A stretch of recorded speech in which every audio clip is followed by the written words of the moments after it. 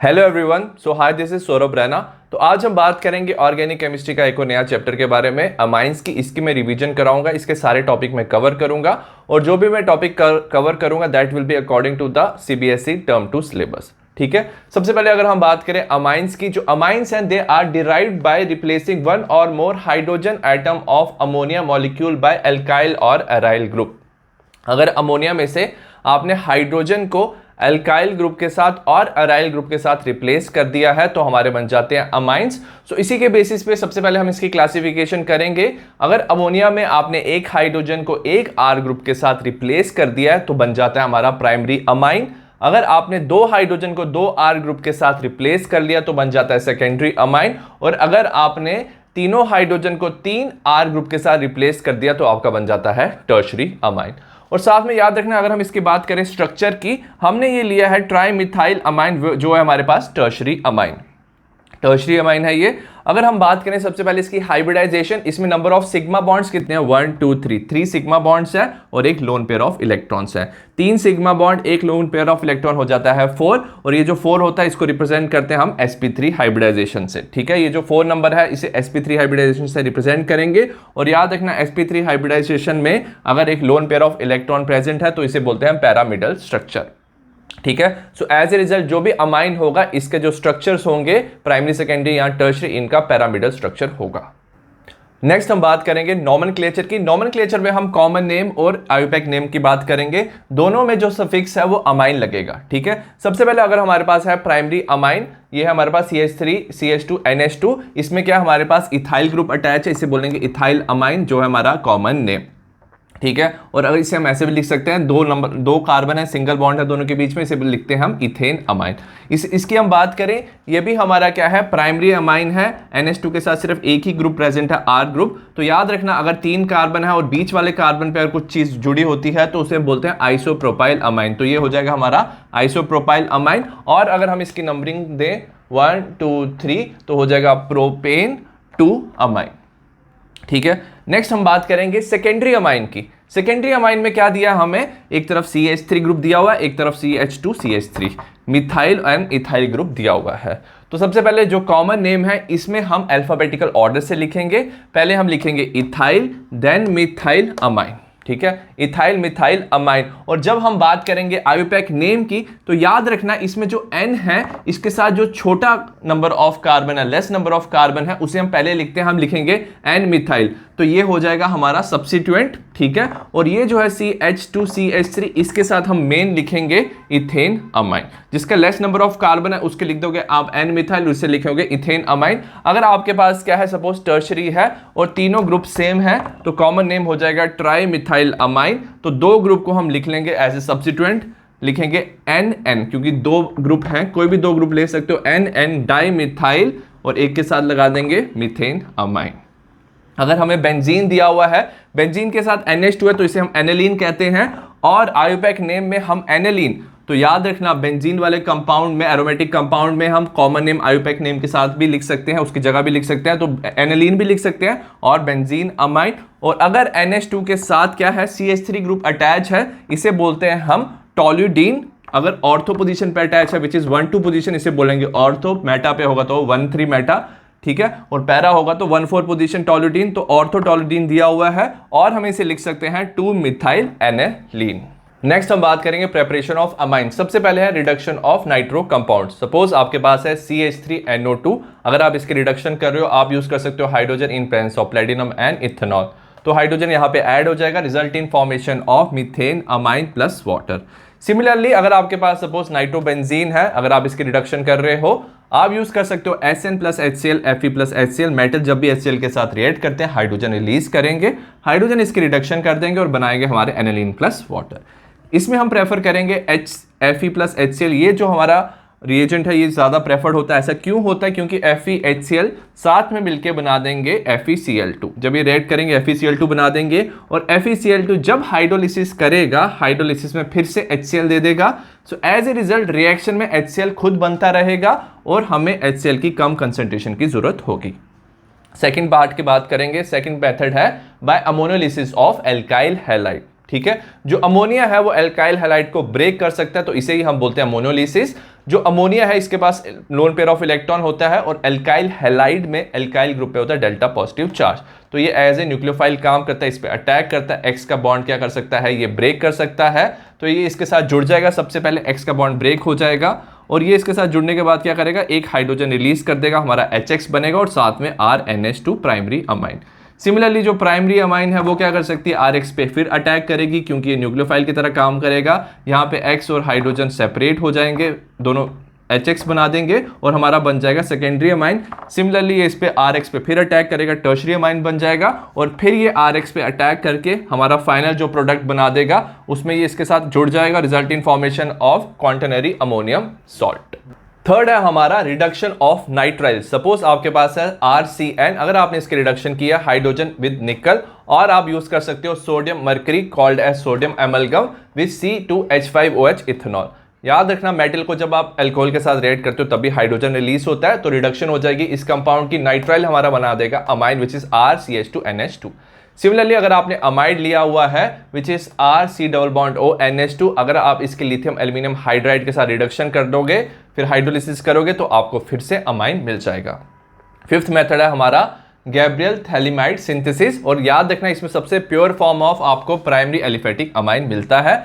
सबसे पहले हमने थैलीमाइड लिया है, ये हमारा कंपाउंड है थैलीमाइड, KOH के साथ रिएक्ट करोगे तो K क्या करता है, हाइड्रोजन को डिस्प्लेस कर देगा और यहाँ पे क्या कर देगा, वाटर रिलीज कर देगा, हमारा बन जाएगा पोटेशियम थैलीमाइड। पोटेशियम थैलीमाइड हम रिएक्ट करेंगे एल्काइल हैलाइड के साथ, एल्काइल हैलाइड के साथ रिएक्ट करेंगे। याद रखना R पे डेल्टा पॉजिटिव, हैलोजन पे डेल्टा नेगेटिव होता है, तो जो नाइट्रोजन है R पे अटैक करेगा, R इसके साथ जुड़ जाएगा, ठीक है। अब यहाँ पे R जुड़ गया नाइट्रोजन के साथ, अब क्या करते हैं हम यूज करते हैं ट्वाइस NaOH, ठीक है। ट्वाइस NaOH क्या करता है, ये जो नाइट्रोजन है ये दो हाइड्रोजन के साथ जुड़ जाता है, result in formation of RNH2 primary amine बन जाता है, और साथ में ये जो ONA है, ये जो ONA है ये जुड़ जाता है कार्बन के साथ, दो कार्बन के साथ ONA हमें मिलता है प्राइमरी अमाइन। इसमें हमेशा हमें प्राइमरी एलिफेटिक अमाइन मिलता है, एरोमेटिक अमाइन इसलिए नहीं मिलता क्योंकि अगर आपने अराइल हैलाइड यूज किया था तो अराइल हैलाइड क्या करता है, उसमें होता है plus R effect, plus R effect होने की वजह से कार्बन और हैलोजन के बीच में पार्शियल डबल बॉन्ड आ जाता है और इस बॉन्ड को ब्रेक करना डिफिकल्ट होता है। So that's why Gabriel phthalimide synthesis हमेशा हमें प्राइमरी एलिफेटिक अमाइन देता है।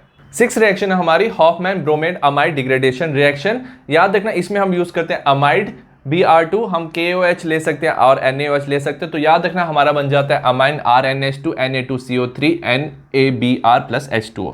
तो याद रखना इस रिएक्शन में अगर आप अमाइड लेते हो, जो अमाइन बनता है उसमें क्या होता है, एक कार्बन क्या हो जाता है, लेस हो जाता है, the amine form with one less carbon than that of amide. Next हम बात करेंगे फिजिकल प्रॉपर्टीज ऑफ अमाइंस में। सबसे पहले हम बात करेंगे सॉल्युबिलिटी की।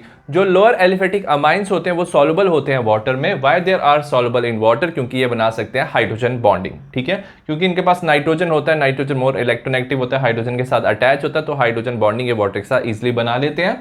बट याद रखना जो सॉल्युबिलिटी है वो मॉलिक्यूलर मास से इनवर्सली प्रोपोर्शनल है, मतलब जैसे जैसे नंबर ऑफ कार्बन इंक्रीज होंगे हाइड्रोकार्बन पार्ट इंक्रीज होगा। याद रखना जो हाइड्रोकार्बन पार्ट होता है वो वाटर रिपेलिंग होता है और हाइड्रोफोबिक होता है, तो सॉल्युबिलिटी क्या होती है, डिक्रीज होती है।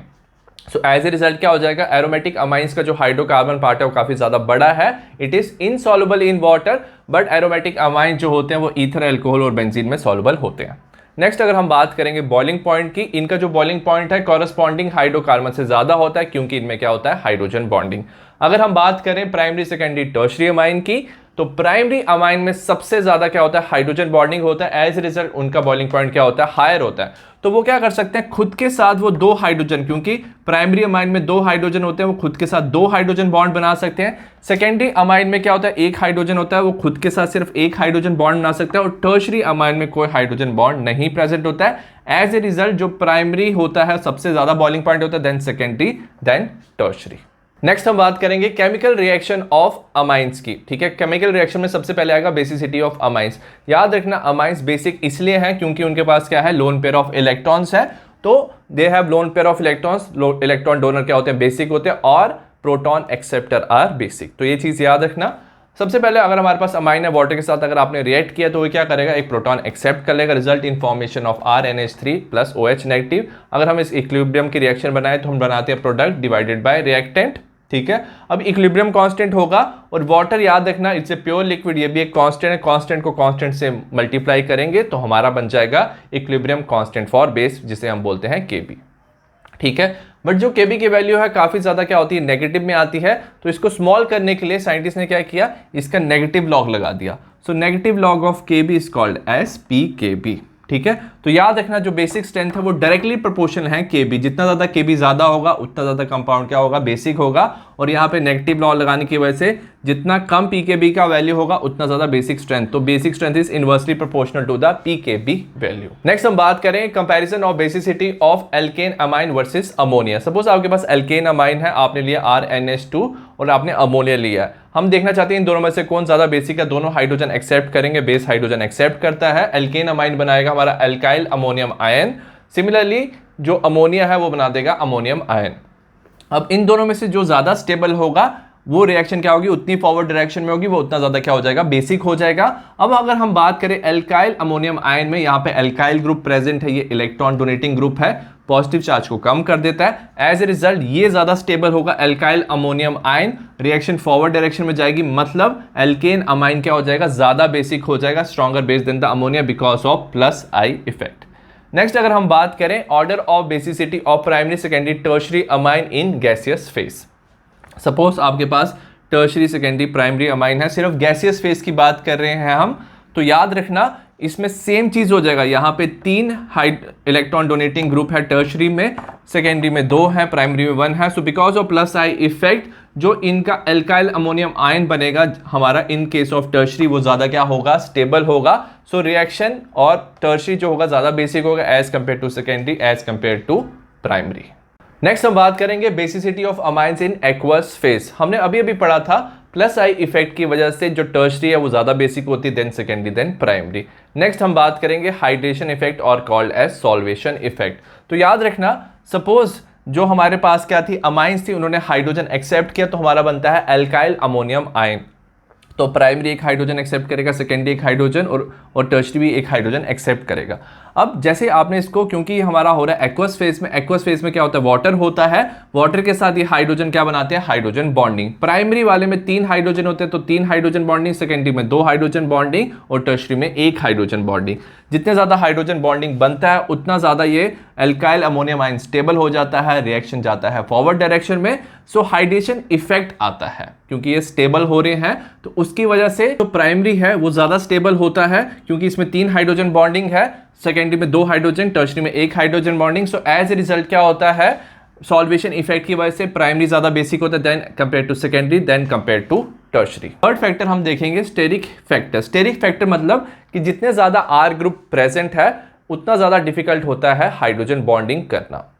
जो अल्काइल ग्रुप है हाइड्रोजन बॉन्डिंग में इंटरफेयर करता है, तो प्राइमरी ज्यादा, क्योंकि प्राइमरी में सिर्फ एक अल्काइल ग्रुप है, वो ज्यादा बेसिक हो जाता है because of steric effect than secondary then tertiary. और साथ में जैसे जैसे आप अल्काइल ग्रुप का साइज बढ़ाओगे उतना ज्यादा क्या होगा, आर ग्रुप जैसे जैसे आप बड़ा करोगे उतना ज्यादा स्टेरिक हिंड्रेंस आ जाती है और हाइड्रोजन बॉन्डिंग में प्रॉब्लम आती है। इन तीनों इफेक्ट से अब हम बात करेंगे, सबसे पहले हम बेसिसिटी की बात करेंगे ऑफ इथाइल अमाइंस की। ठीक है, अगर हम देखें प्लस आई इफेक्ट और सॉल्वेशन इफेक्ट की वजह से जो सेकेंडरी अमाइन है वो दोनों में उसके पास दोनों इफेक्ट प्रेजेंट है। सो सेकेंडरी अमाइन जो होगा हमारा C2H5 ट्वाइस NH, ये सबसे ज्यादा क्या हो जाएगा, बेसिक होगा। अब इंपॉर्टेंट चीज क्या है, जो इथाइल ग्रुप है वो एक बल्की ग्रुप है, बल्की मतलब बड़ा ग्रुप है। तो बल्की ग्रुप होने की वजह से स्टेरिक हिंड्रेंस सबसे ज्यादा इथाइल में ज्यादा स्टेरिक हिंड्रेंस होती है, तो हाइड्रोजन बॉन्डिंग में क्या हो जाती है, प्रॉब्लम हो जाती है। सो एज ए रिजल्ट क्या होता है, जो प्लस आई इफेक्ट है वो स्ट्रॉन्गर हो जाता है हाइड्रेशन इफेक्ट की वजह से। प्लस आई इफेक्ट में टर्शरी स्ट्रॉन्गर है, हाइड्रेशन इफेक्ट में प्राइमरी स्ट्रॉन्गर है। सो एज ए रिजल्ट क्या होता है, टर्शरी ज्यादा बेसिक होता है एज कंपेयर टू प्राइमरी। और अगर हम बात करें मिथाइल अमाइन में, मिथाइल अमाइन में भी सेकेंडरी सबसे ज्यादा बेसिक होगा which is CH3 twice NH। और अगर हम बात करें प्राइमरी और टर्शरी की, मिथाइल अमाइन में स्टेरिक हिंड्रेंस सबसे कम होता है, तो इनका जो हाइड्रोजन और हाइड्रेशन इफेक्ट है वो सबसे ज्यादा क्या होता है, स्ट्रॉन्गर होता है। इनकी हाइड्रोजन बॉन्डिंग ज्यादा स्ट्रॉन्ग होती है, सो इनकी hydrogen bonding plus I effect से ज्यादा स्ट्रॉन्ग हो जाती है। So as a result primary ज्यादा बेसिक हो जाता है as compare to tertiary. Next हम बात करेंगे अराइल अमाइन वर्सेस अमोनिया की बेसिसिटी। दोनों में ज्यादा कौन बेसिक है, अराइल अमाइन में हमें एनालिन लिया हुआ है, यहाँ पे लिया अमोनिया। याद रखना जो अमोनिया है वो ज़्यादा बेसिक होता है। ऐसा क्यों होता है? क्योंकि इसके पास लोन पेयर होते हैं और वो जो इलेक्ट्रॉन्स हैं वो अमोनिया में ईजिली अवेलेबल होते हैं। अगर हम बात करें अराइल अमाइन, यहाँ पे हमने लिया हुआ है एनिलीन, इसमें क्या होती है? रेजोनेंस होती है। रेजोनेंस में क्या होता है? ये जो नाइट्रोजन के इलेक्ट्रॉन्स है ये बेंजीन रिंग के अंदर मूव कर जाते हैं। एज ए रिजल्ट नाइट्रोजन पे आता है पॉजिटिव चार्ज, तो इसके जो इलेक्ट्रॉन्स होते हैं वो लेस अवेलेबल होते हैं। लेस अवेलेबल होने की वजह से, क्योंकि इसके इलेक्ट्रॉन्स अवेलेबल नहीं है, तो एज ए रिजल्ट क्या होता है? अमोनिया जो है वो ज़्यादा बेसिक हो जाता है एनिलीन से। नेक्स्ट हम बात करेंगे effect of the substituents. Substituents का क्या इफेक्ट होगा? सबसे पहले अगर हमारे पास है electron donating group benzene ring suppose aniline के साथ अटैच है, CH3 C2H5 और OCH3 ग्रुप अटैच है, ये क्या करते हैं? इलेक्ट्रॉन डोनेट करते हैं। So they are electron donating group. Electron density nitrogen पे क्या कर देंगे? इंक्रीज कर देंगे, बेसिसिटी इंक्रीज हो जाएगी, तो इनकी बेसिसिटी एनिलीन से ज्यादा होगी। ठीक है। नेक्स्ट अगर हम बात करें electron withdrawing group, electron withdrawing जैसे हमारे पास है NO2CN ग्रुप, ये इलेक्ट्रॉन लेंगे नाइट्रोजन का अपनी तरफ, इलेक्ट्रॉन डेंसिटी डिक्रीज कर देंगे, बेसिक स्ट्रेंथ डिक्रीज कर देंगे। So as a result aniline से कंपैरिजन से इलेक्ट्रॉन विड्रॉइंग ग्रुप वाला जो कंपाउंड होगा वो क्या होगा? लेस बेसिक होगा। नेक्स्ट हम बात करें केमिकल रिएक्शन। इसमें सबसे पहली रिएक्शन है हमारी एल्काइलेशन ऑफ अमाइंस। एल्काइलेशन में सपोज आपके पास प्राइमरी अमाइन है, आपने एल्काइल हैलाइड के साथ रिएक्ट किया हुआ है, नाइट्रोजन पे lone pair of electron alkyl group पे अटैक करेंगे क्योंकि इस पे डेल्टा पॉजिटिव होगा, हैलोजन में डेल्टा नेगेटिव, इस पे अटैक करेंगे, हैलोजन और एक हाइड्रोजन रिमूव हो जाएगा, सो HX रिमूव हो जाएगा, हमारा बन जाएगा secondary amine. Similarly secondary amine एक और R+X पे अटैक करेगा, नाइट्रोजन इस पे अटैक करेगा, X और हाइड्रोजन रिमूव हो जाएगा और हमारा बन जाएगा टर्शरी अमाइन। नेक्स्ट हम बात करेंगे असाइलेशन ऑफ अमाइंस में। असाइलेशन में हमारा जो ग्रुप ऐड होता है वो होता है RC+R ग्रुप। तो ये जब ग्रुप ऐड होता है इसे हम बोलते हैं एसाइलेशन, और एसाइलेशन हमारा देता है प्राइमरी और सेकेंडरी अमाइन, जिसमें क्या होना चाहिए? नाइट्रोजन के साथ हाइड्रोजन प्रेजेंट होना चाहिए। ठीक है। और इसके लिए हम यूज कर सकते हैं एसिड, क्लोराइड, एनहाइड्राइड और एस्टर। ये तीनों में क्या होता है? असाइल ग्रुप प्रेजेंट होता है।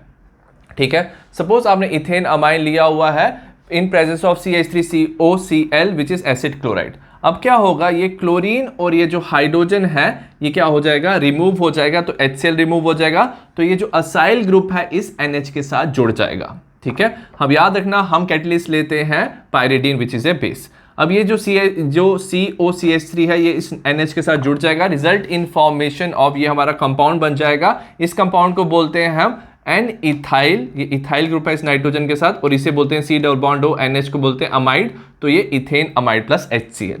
अब जो HCl बना है हमने पायरिडीन इसलिए यूज किया था क्योंकि पायरिडीन क्या है? एक बेस है, वो HCl के साथ रिएक्ट करके HCl के कंसंट्रेशन डिक्रीज कर देगा, और ली चैडलर प्रिंसिपल से हमें पता है कि अगर प्रोडक्ट का कंसंट्रेशन डिक्रीज होगा रिएक्शन जाएगा फॉरवर्ड डायरेक्शन में और concentration N ethyl ethanamide का इंक्रीज होगा। नेक्स्ट रिएक्शन है हमारी कार्बल अमाइन रिएक्शन। ये रिएक्शन हमारा प्राइमरी एलिफेटिक और एरोमेटिक अमाइंस देते हैं। ठीक है। सपोज आपने प्राइमरी अमाइन लिया है, क्लोरोफॉर्म और KH के साथ आपने रिएक्ट कर दिया, आप उसको हीट करते हो तो आपका बन जाता है alkyl isocyanide which is RNC, और इसकी स्मेल होती है फाउल स्मेल।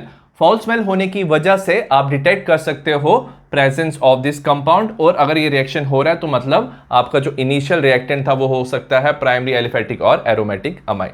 नेक्स्ट हम बात करेंगे reaction with nitrous acid which is HNO2। आपने सपोज लिया प्राइमरी एलिफेटिक अमाइन लिया विच इज RNH2, HNO2 के साथ रिएक्ट किया। याद रखना HNO2 कैसे बनता है रिएक्शन में? NaNO2 और HCl से रिएक्शन से HNO2 बनता है।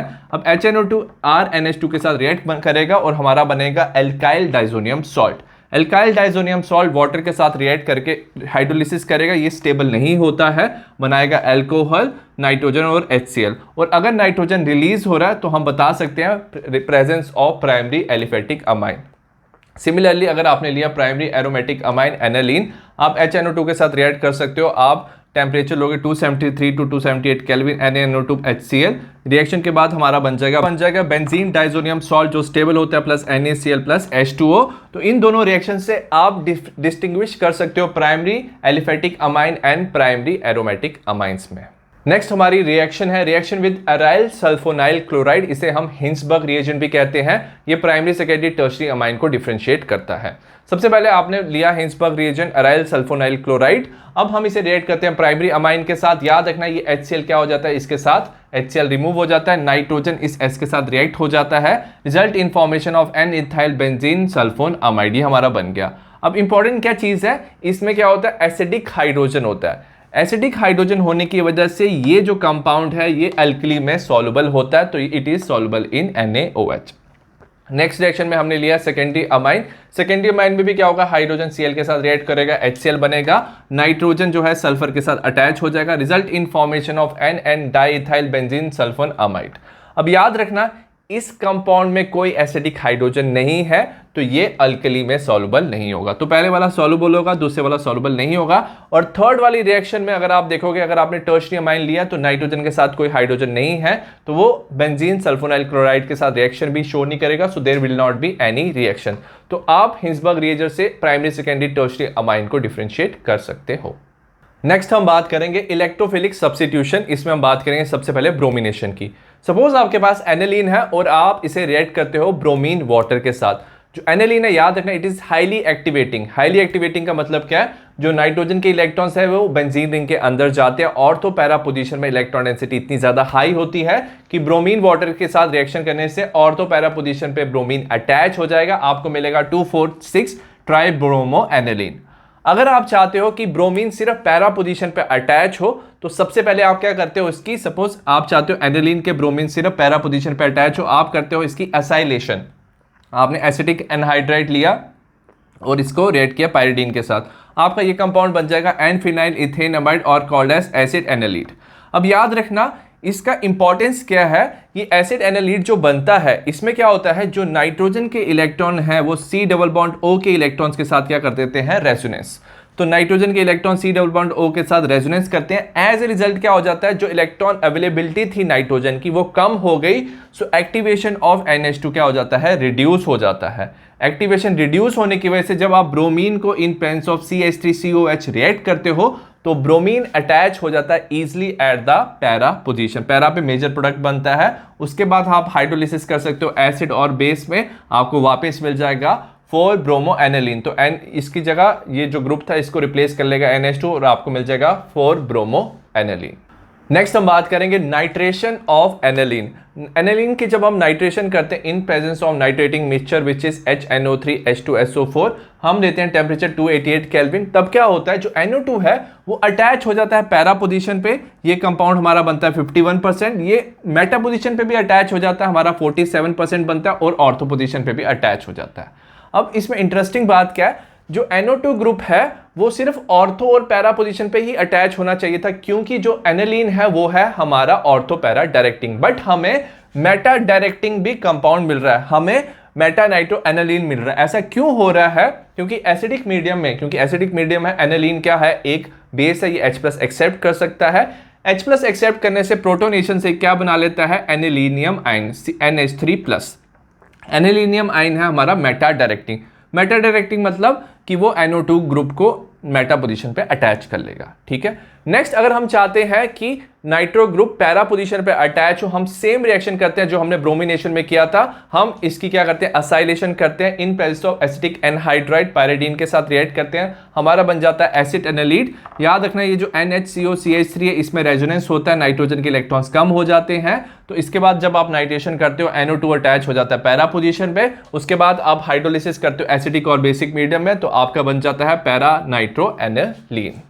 लास्ट हमारी रिएक्शन है सल्फोनेशन। अगर आपने एनिलीन को H2SO4 के साथ रिएक्ट किया तो याद रखना ये हमारा बेस है, ये एसिड है, दोनों सबसे पहले आपस में रिएक्ट कर लेंगे, result in formation of anilinium hydrogen sulphate, ठीक है। एनिलीनियम हाइड्रोजन सल्फेट बन गया। अब क्या होता है, इसमें रीअरेंजमेंट होता है, रीअरेंजमेंट होने से यहाँ पे NH2 यहाँ पे SO3H ग्रुप अटैच हो जाता है, इसे बोलते हैं सल्फोनेलिक एसिड, ठीक है। अब अगर आप देखोगे सल्फोनेलिक एसिड में एक तरफ बेसिक ग्रुप है, एक तरफ एसिडिक ग्रुप है, बेसिक ग्रुप हाइड्रोजन एक्सेप्ट कर सकता है, एसिडिक ग्रुप हाइड्रोजन डोनेट कर सकता है, तो आपकी जो ये आयन बन जाएगी, इस आयन को बोलते हैं हम ज्विटर आयन। नेक्स्ट अगर हम बात करें, जो एनिलीन है वो फ्रीडल क्राफ्ट रिएक्शन शो नहीं करता। ऐसा क्यों नहीं करता, क्योंकि इसमें क्या होता है, आप यूज करते हो कैटेलिस्ट AlCl3, ये लुईस है एसिड, ये लुईस एसिड है। लुईस एसिड होने की वजह से ये एनिलीन के जो NH नाइट्रोजन है उसके साथ कंबाइन हो जाएगा, कंबाइन होने की वजह से पॉजिटिव चार्ज आ जाएगा नाइट्रोजन में और वो बन जाएगा strong deactivating group. As a result Friedel Crafts reaction aniline show नहीं करता। आई होप आपको अमाइंस का वीडियो समझ आया हो। बाकी चैप्टर के भी सिमिलर वीडियोस का लिंक आपको डिस्क्रिप्शन में मिल जाएगा। मैंने हर एक चैप्टर के इंपॉर्टेंट क्वेश्चंस भी बनाए हैं, वो भी आपको उसका लिंक आपको डिस्क्रिप्शन में मिल जाएगा। So see you in the next video, bye.